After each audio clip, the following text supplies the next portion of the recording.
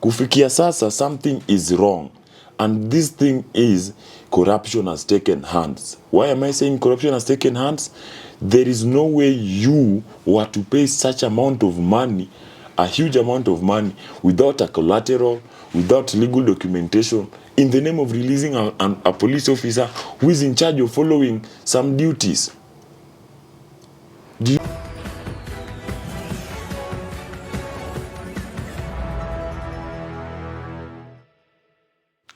Yes, hi guys, thank you so much for tuning in into True KTV. For those who do not know me, my name is Bella, wife to Jay, and I'm not here alone. Niko hapa na afande Mary because kumekucha. Yes, salimia watu afande Mary. Hi guys, I hope you're doing fine. Cheka, kwani umeshtuka? Ameshtuka. Kwani ni nani huyo kwako? Anaweza kufuta kazi? We. Aya, salimia watu immediately, wacha hivyo. Salimia watu. So I hope you're doing fine guys. Mimi wacha tu nisifurahie na wacha tena nisiwe sad. Juu I don't know what is coming. Hapo furahia umerudi kazi kidogo, I threateniwi. Ngoja. Unajua sasa ukishaona mkubwa hivi inabidi sauti. Kwani kuna makosa umefanya? Unaona kuna makosa? Makosa gani? Lakini sijafanya makosa. Wacha nianze. Kama kuna makosa sasa mbona unashtuka? Lakini lazima pia nishtuke juu nikimwona hapa nashindwa amekuja kufanya nini. Maswali ziko. Haiwezi kuja kwa uzuri. Halala. But I hope you're okay. As you can see, as you're doing fine. Yes. We have nini afande akiji bado hajafika, sijui amekoma kwa garage kidogo na anaongea na simu hapa nje. Nimesema kimaliza atakuwa hapa. Mimi nitawaacha muongee. English sasa itabidi tu ukae hapo. We just listen. Unajua hapo ndio una learn some skills from us. Nakwambia mimi nitaka kuwa askari. Utakuwa tu already ya DCI sasa nini nyingine sija qualify. Usitoke lakini. Katu hapa at least. Si vitu zenye mnafaa kuongea mkoa. I know, lakini unajua kuna zingine sasa zitakuwa laika na kuuliza pia. Mimi akinihitaji ataniita tu. Usitoke. Yes, focus on what you are doing. We. Lakini. Definitely. We. These things should take control in a span of moment. Yeye ndio English anaongeanga naye. Kwanza ni mkali. Unajua sasa yeye ni fluent in English. Sasa kama utajibu English na yeye anakuuliza shtuki umeandikwa kalamu. Akuulize where are you going? Kuna zingine ameniuliza kwa nyumba mpaka nilikuwa nasema we haleluya. That is him. We. Jitayarishe kwanza. Lakini usikumbe unyipi yenyewe namkwanga na mabosi. We. Unaweza kosa kutii boss wako. Yeah, thank you. Now let me work on something else. I'll talk to you later. Mimi nitawaacha tu hapa muongee. Bila usitoke hivyo hapana. Yes. Can just Yes, hello. Yes, hello. How are you? I'm fine. You are making a blunder. You should be greeting me the left hand as a police officer. That is one blunder I'm looking into you. You are already here. Yes. Yeah, thank you. Karibu. Asante. Can I have a seat? Definitely, you can have a seat. Thank you. I believe I've worked with you some times back. Yeah, for but sure. For purposes of formality, it is the one and only officer in charge. That is the Senior Sergeant George from the Ethics and Anti-Corruption Commission. Okay. And today I'm so absurd of the current happenings that took place quite some period of time back. And it is so annoying that you've been part and parcel of whatever occurred. So the reason as to why I'm here is to take a few time and minutes to interrogate you effectively on what happened, what transpired, what you could do, and what you didn't do. You know very well that from the articles and chapters of the Constitution, the role of a police officer is to maintain law and order. Yes. And we don't expect any blunder in whatever role you are doing. And now being that we want to maintain the picture of police officers and the picture of security agencies as one of the best criteria that people can believe in, we expect to see little and minimal blunders. And for me to be here at this time of the hour, it simply means that blunders have already taken place. Na maji yakimwagika huwa hayazoleki. And we don't allow maji to be mwagika in whatever extent you can call it. So I'll want you to go direct into the answers you'll be giving me, and please be sincere with what you are saying. Don't sugarcoat anything, don't subtract, don't add. Just ensure that you are ethically and morally capable, because you've been trained for quite some time. And we discharge duties to you to ensure that whoever you serve goes home while he or she is in the right set of argument with you. Sawa? Yes. Now, Afande Mary, there's something that is not sitting well with me.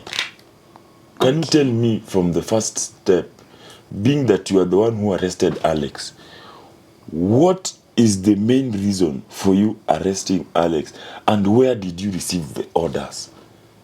What is the main reason, and where did you receive the orders? Don't go behind and around the bush. Don't roam. Go direct to the point. I want to hear from you very fast. Okay, the main reason that I arrested Alex, Talk as a police officer. it's because I was threatened. In fact, we were threatened because we were two of us, Afande Miriam and I. And due to that time, it's because Miriam was on duty that day. So I was ordered and threatened much to come and arrest Alex, because Alex was my colleague. And that's why it made me to do so. Yeah. So the main reason as to why you arrested Alex was due to a threat. Yeah. Are there some of the outlining guidance through which you could use before reaching to Alex? Are there some of the methods at least you could use as a professional police officer to get to Alex as well? Okay, sir. At first, I was not at work, and there were so many challenges going on, up and downs. But this is something that came from above, an order that came from above, and which made me to get in touch with the case of Alex, whereby they took me as a friend to Alex and also as an officer who works together with Alex. That's why they saw, like, because you're working together with Alex, I will not call anyone aside from the group that you work together. That's why they gave us command to come and pick Alex wherever he was, to take him where the perspective area. So I had no chances of even getting in touch with Alex, because Alex, where he was, I couldn't even reach him in a way that to communicate and tell him that, Alex, this is what is going on, or I've been given orders from above to come and arrest you. No. So I had no chances to do so. Now, this is so hilarious. You are telling me that the reason as to why you did this, number one, you are threatened. Yes. Afande, I need you to notice and always think about this every time you sit down. And as police officers, we are not allowed to be messing up. That is, we will be like having one of our legs on a banana peel and the other leg on a slippery floor. Yeah. Definitely we will fall. And the reason as to why we are serving our clients is to provide them with life. That is like water. When I take you to my house and give you water, I've just given you water. Yeah. But when I give you water in a desert, I have given you life. Yes. Now, considering this extent, I wonder who ordered Miriam? Were you with Miriam? Okay, Miriam came in as a officer that we have been working together, dealing with the case that was ahead of us. So when she came in, she was on duty. That's why she was commanded from the police station to do so, and in conjunction with me. That's why you saw, like, they knew we were that much close with Alex, and no one else could chip in on or being commanded to do so, because they knew when they use another person apart from us, Alex will try and make it, he will try and see it as a fishy thing. So when Alex saw us, he knew it is true. And how the reports were coming from the police station concerning how the case is going, it was terrible. So there was no way we could at least save Alex, or nor get in touch with him, nor even get in touch with all the things that were being done. Just a minute. I want to remind you of one thing. Yes. According to the police agency, we have the police constitution that guides on the moral conduct of a police officer.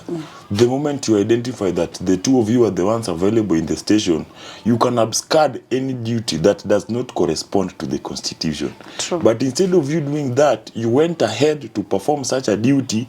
Yes, it is true that maybe Alex might be found in moral intercept with what he did, but that doesn't give you the rights, considering the fact that you have some know-how about Alex. That doesn't give you the right to take action which is pro the constitution of the police commission. That is one thing. Yes. Number two, you've talked of being threatened and stuff, and I want you to tell me one thing. Who issued the command, at what time and when? Who issued the command, at what time and when? Remember, we are to serve our clients with the maximum diligence that they deserve. Yeah. We are being paid to ensure that our clients are happy and live safely in this current setup and scenario. Sure. For that reason, I don't want to hear anything that is not matching to what you've been trained to do. And I'll not be happy to follow through such, because as a person who is morally and ethically upright, these are some of the things we stand for from the Ethics and Anti-Corruption Commission. And you'll also tell me what it will take us to remove Alex from wherever he is. So I want you to tell me who issued the command, at what time, when, and where, and what will take us to take away Alex from wherever he is, so that we can follow the moral proceedings under the article and parts of the police constitution. And I beg you to be so detailed enough. Okay, sir. The person who issued us for the arrest of Alex was an IPOA guy. He's the one who pushed us to do that, whereby he suggested we not complying with the command, our lives could be in danger. So that's why we had to take the command as he had issued, and we had to reach where Alex was. He was in director's house where we found him, and that time was, I think, probably at night, whereby the IPOA guy had suggested that he has been doing things that are not complying to the law, and there's no way he could just get away with it without receiving any punishment. So we had no choices, sir. You had no choices. So it is quite clear that you've answered my questions. Number one, the commands, you received them from senior police from IPOA, Yeah. the independent policing agency. Yes. Number two, the reason is because you were threatened that your life would be exposed to danger. Yes. And the time was at night. Yes. And unaweza niambia clearly at what time was it? The night, was it in the early night, midnight, or after 2? Okay. If I may remember very well, it was an early night. Early night. Yeah. It's okay. I love to be clearly and precisely detailed enough. And the place where all this transpired was the director's house. Yeah, in the director's house. Amazing. So the reason as to why Alex was captured by you was, give me some of the 3 reasons as to why you captured Alex, and where he is, and what it will take us to take him away from where he is. Okay, the reports came that Alex was involved in violence, and also in humiliation, something like that, whereby they couldn't even hold it to a point where he was involved in a rape case. So as a police, we normally weigh and look at the case how it is, then we clarify it as a criminal. So we had no choices, and I couldn't even talk much because that day was kind of emotional and very sad with so much humiliation in it. There is something that doesn't sit well with me. A few minutes ago, I was at the director's place. Yes. And I'm one person who is detailed enough to take simple and outstanding things. And what I received was that these are some of the hints and the cons that Alex committed. Yes. Number one, I was told, and having followed through by the wife to director, that number one, Alex engaged in private investigation without moral authorization from the police department. Yes. And number two, he transpired and conspired with a civilian lady. Are you aware? Yeah, I'm aware of that. And number three, there was some money that exchanged hands. And this money exchanged hands through payment to goons.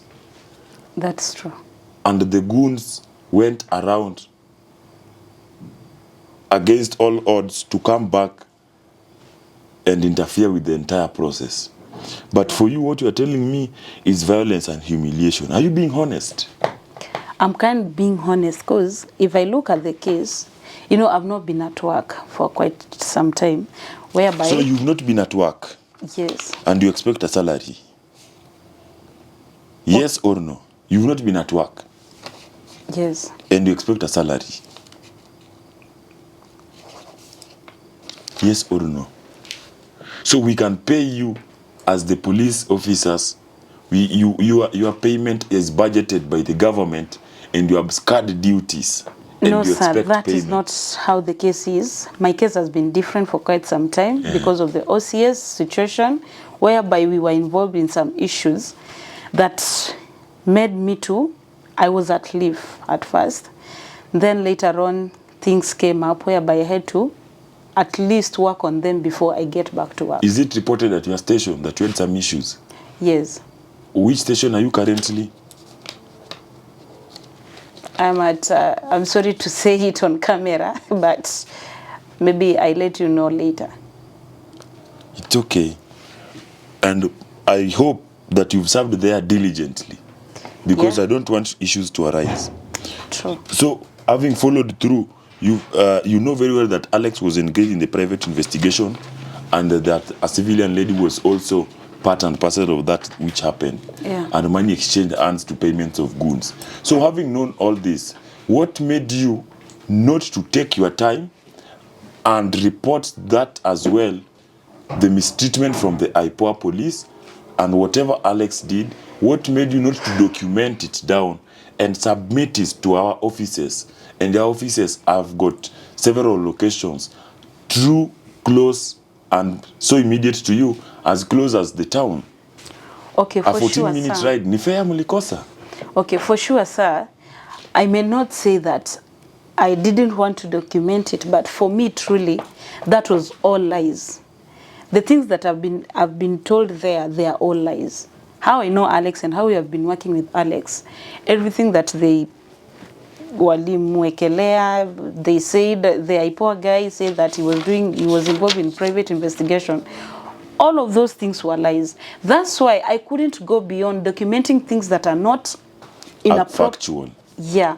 So we had no choice, whereby being threatened, your life is in danger, and you are there being given a command by a senior person, you know, you cannot go against it. So that's why we had to just do how we are being commanded, then we work on it later.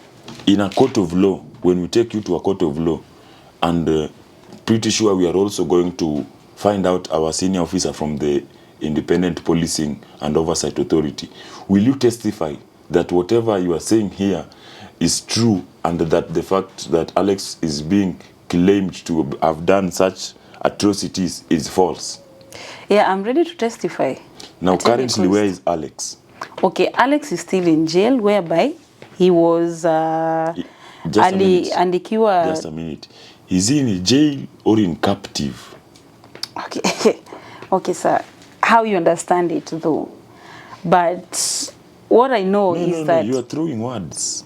Is he in jail or in captive? You can't tell me how I understand it. Just to remind you, there is a barrier and a distinction in our offices. You're not done yet. Sorry to interrupt. Yes, welcome, Miss Bella. I'm trying to find out from my officer, and something is not sitting well with me. Where is Alex? Do you have any idea of where Alex could be? Ako in custody kwa hii police station, ameandika hapa kwa hii barua yenye nimekuwa. So he is in custody. He is in custody. And are there moral authorities that are aware of the specific location where he is? Yeah, see, nikutumia nikufadie hiyo Yes, yes. copy, so that unaweza nini hiyo police station vizuri. And aside from that, what will it take us to take him away from that station? Okay, according to venye barua ilifika, sio walikuwa wametuambia a cash bill of 450,000. So we gave them some, and they may remain some atindo wamtoe nje so that wafuatilie hiyo kesi venye iko. Afande Mary, I'm so disappointed in you. Okay, sir, I might be... Okay, I apologize for that. I'm really sorry. It's just that I've just gotten back to work yesterday, whereby I can't be blamed for this, and either I can be blamed because I was ready to arrest him or put him to custody. But what for sure, my life was in danger. In our police constitution, there is nowhere sorry and apologies are accepted for somebody who goes against that. Because before you took an oath that you will serve diligently the people of the country, there is nowhere you are given chance to apologize. So you know very well that they have spent their sweat, they have spent their time, they have spent their dedication, they have done things up and down to source for funds to pay some so that Alex could be released illegally. And you are putting all this just in the name of a threat? Okay, sir, it's not that Do you have a gun? For now, I'm back at work like yesterday. So okay. I have to clear out some issues also at work, whereby I need to put my work in a proper position. Mrs. Bella, yes. Unaweza niambia ni idadi ngapi ya pesa ulizozitoa ili uweze kupata fursa ya kumuondoa Alex alipokamatwa kwa sasa? Okay, mimi nili transfer to my husband because yeye alikuwa anafaa ende uko apeleke, of which alipeleka. I transferred it was 130 to him, na yeye na kuna zenye alikuwa amesource from other point. Yeah, from other points. And he as well paid all those as well. Yeah, so me, the last time tuliongea naye about it, a few hours on the day, on today, it was today, yeah. Alikuwa ananiambia it was around 200 and something. Imebaki yani ndio. This is so hilarious. Do you know why I'm saying this is so hilarious? Now, acha nikuambie kitu moja. Jinsi sheria inavyosema ni kwamba wakati afisa au mtu yoyote aliyekosa kutii sheria amepatikana kwenye makosa, njia ni moja. Anashikwa, anapelekwa mahakamani. Baada ya kupelekwa mahakamani, huko ndipo anafanyiwa maamuzi.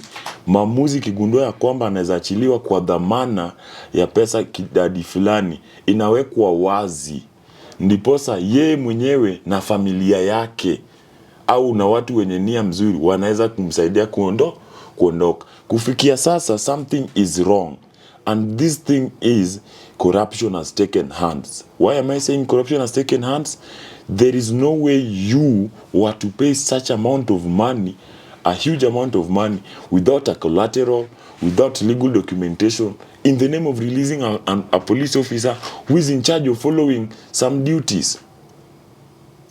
Do you see there's something fishy about what you've just done? Yes. Na afande alikuwepo na hawezi kukufahamisha. Okay, sir, it's not that sikumfahamisha. We worked together to raise the money because we were being pushed and being forced. Like, if we failure to that... Forced what? Forced what? Stop talking of forced. The officer was very arrogant na alikuwa anasema tusipofanya hivyo is going to add, in this case, arifanya ikuwe hard on our side. So the officer told you that you might in fact pay more than what? In fact, alikuwa anasema maybe to maybe pay the inconvenience yenye ilikuwa cost kwa the lady mwenye alireport. Yeah. So alikuwa anasema the money will be used partially to pay for the inconveniences, na pia atolewe ndo sasa ifuatiliwe vizuri wenye kulienda. So this police officer has also crossed some parts. there are some things that he is not in charge of doing. He should not handle any money. His role is to execute specific and right-handed duties of capturing a police officer who has gone beyond the limits and stature of her roles. Number 2, we will source for further details on what has transpired. Number 3, you will face a plenary of punishment based on our police constitution. Whether you've been at work since yesterday and whether you were given opportunity and chance to abscond duties, we want to hear that, because you are receiving payment to serve diligently, but you are serving indiligently, yet you are consuming the wages from the government. Number 2, Miss Bella, whether there was thorough investigation done considering the entire fracas and circus of the video that has been mentioned, that will come later. But for now, we have to find out where Alex is, and him personally will agree or disagree to the claims that some payment exchanged hands between him and the goons. And I'd also love to hear about the afande Miriam, who you transpired to arrest Alex. And just know the law will catch up with you. And before the law catch up with you, I also want you to tell me where afande Miriam is and where we can reach out to her, so that when you are sourced for, you do not die and suffer alone, because both of you transpired. And Miss Bella, for you, I want you to tell me and explain to me briefly what took place between the IPOA police and Alex before he was taken away. Okay, before he was taken away, my husband was the one. Alikuwa hapo, mimi nilikuwa kwa room because alichukuliwa hapo na message kumbe. So I guess maybe I can explain better. Na yeye pia amekaa sana. He just told you, can you remember the last time we talked, he just told us we can give him close to quarter of an hour, that is 15 minutes. And we said very well that there's one most precious thing in this world, and that thing is time. We cannot accept to waste more and more time. Let me call out him and find out amefika wapi kufikia sasa. Is there somebody at the door? Yes. Yes, director. How are you? Mr. George. Uko salama? I can remember you. Yes. How are you, sir? I'm very good. Karibu sana. Yes. Yes. Nenda. Ukae tu hapo. Kaa. Thank you, sir. Welcome. I'm sorry for keeping you. Yes. Unajua jamu ya Mombasa Road. Imeshika kunishika. Kazi imekuwa mingi. Kazi imekuwa mingi kidogo. Alafu tumekuwa tuna machangamoto kidogo. How have you been, sir? I've been okay, though not perfectly okay. Because from my department where I stand, yes. You know me as George. I'm from the Ethics and Anti-Corruption Commission, for your information. Yes. There I told you earlier in the phone. Yeah. And having followed through